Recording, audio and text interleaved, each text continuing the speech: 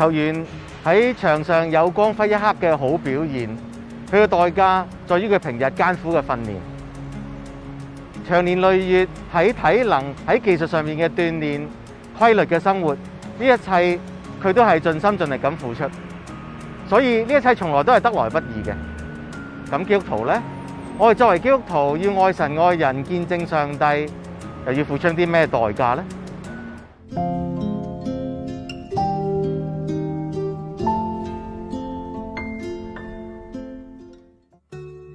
逾越節前6天，耶穌來到伯大尼，就是他使拉撒路從死人中復活的地方。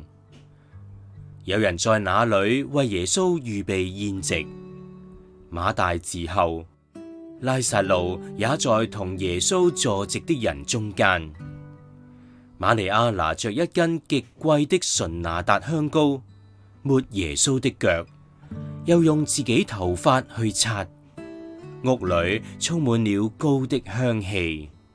有一個門徒，就是那將要出賣耶穌的加略人猶大，說：為什麼不把這香膏賣300個銀幣去周濟窮人呢？他說這話並不是關心窮人，而是因為他是個賊，又管錢囊，常偷取錢囊中所存的。耶穌說：由他吧，他這香膏本是為我的安葬之日留着的，因為常有窮人和你們在一起，但是你們不常有我。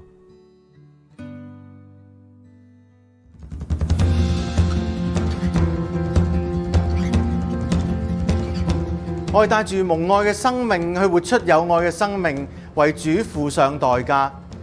呢個代價係對上帝嘅恩典同埋愛嘅回應。但係人喺付上代價之先，首先係基督以愛為我哋走上苦路，付上代價。人點樣可以回應呢？瑪利亞回應耶穌嘅愛，佢用珍貴嘅香膏倒喺耶穌嘅腳上，並且用頭髮去擦。佢攞咗佢最珍貴嘅出嚟，放喺耶穌身上。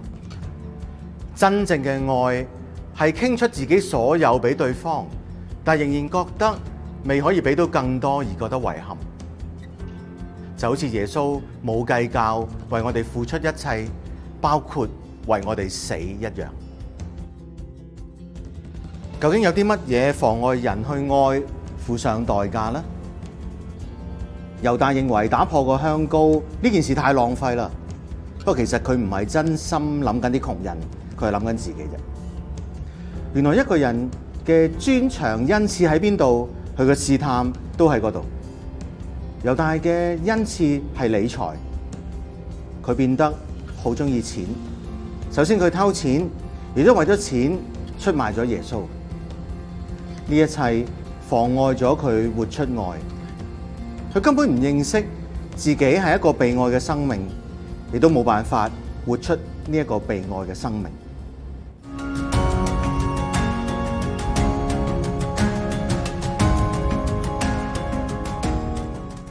喺今日呢個多講收穫，少講付出，好多時都奉行人不為己，天誅地滅嘅困難世代裏邊，我喺度諗，當我哋如果喺我哋自己嘅家庭、學校、職場上邊為主付上代價，用有愛嘅生命去愛神愛人，唔好怕蝕底，唔好怕付出，花多啲時間心力去愛人。我相信咁樣，我哋就更加顯出我哋嘅信仰係真實噶，係貼地噶。顯出啦，上帝係慈愛嘅。當我哋咁樣生命帶住基督愛嘅馨香之氣，呢個香氣一定可以令到我哋身邊嘅人得到益處。上帝嘅救贖，除咗令到我哋同上帝和好之外，亦都令到人同人、人同呢個世界大地所有嘢都和好。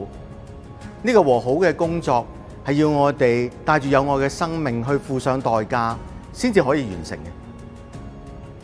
呢個代價就係我哋一齊參與喺上帝嘅救贖，嚟到完成上帝救贖嘅計劃，讓到呢個世界大地充滿咗基督愛嘅香氣。我哋每個人帶住呢種有愛嘅生命去活出呢種愛嘅生命就能夠影響其他嘅生命。耶穌基督吩咐我哋背起十架跟隨佢，就係呢種付上代價、忠心作佢見證嘅門徒。